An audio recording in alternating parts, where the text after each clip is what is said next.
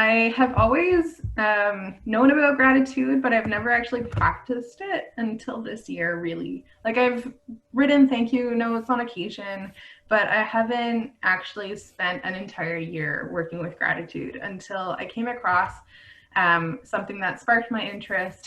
And I kept hearing how beneficial gratitude was, but I thought that people are over exaggerating and stuff like that.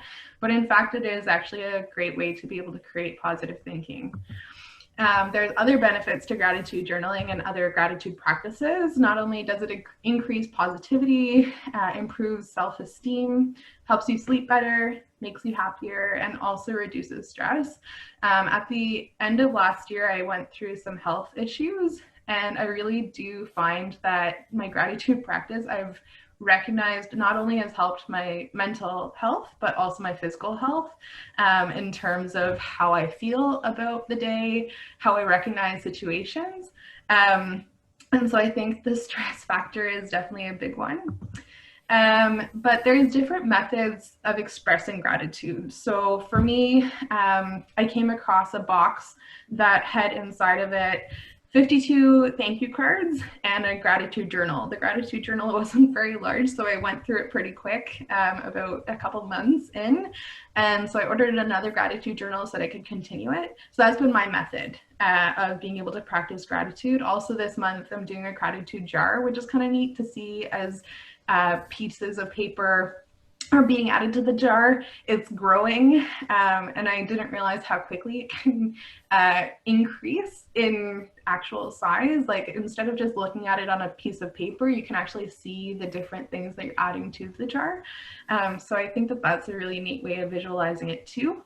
Another method is using a gratitude rock, gratitude tree, a box to someone important to put messages that are for them throughout a specific time period. Also meditating and just realizing how you are and what you're feeling. So ways to start a gratitude practice: to think about it once a day, not necessarily do it, but to just begin it by processing how you're doing, telling people thank you, verbalizing it, as well as sharing it in writing. I know I've sent these 52 thank you cards this year, and it's been really interesting because each one I read through the month prior, and then I see like which names stand out, and I'm able to share that. And it's really incredible just to see the impact that that can have, not only on thinking about my previous month, but also thinking about why are these like thank you notes happening.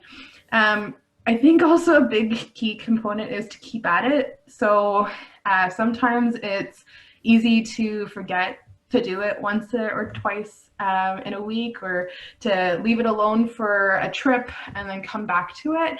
And it can sometimes be easy to get overwhelmed by like, oh, I haven't written in it for a while, and to get hard on yourself, but to realize that it's actually okay and that it gets easier and that you can keep at it and you can pick it up anytime. And I find that when I let it go for about 2 days, I start to feel it. So that's something that I didn't expect until I started my project.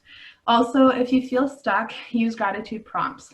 So there are some gratitude prompts to think about your feelings, what you're hearing, seeing, smelling, touching, tasting, things that are having a specific color, animals, whatever you want it to be, people's names that are important in your life. And then also objects, like I know a big one is my piano, because I play it quite a lot, being able to practice it, and it's been nice to be able to have that as part of my year.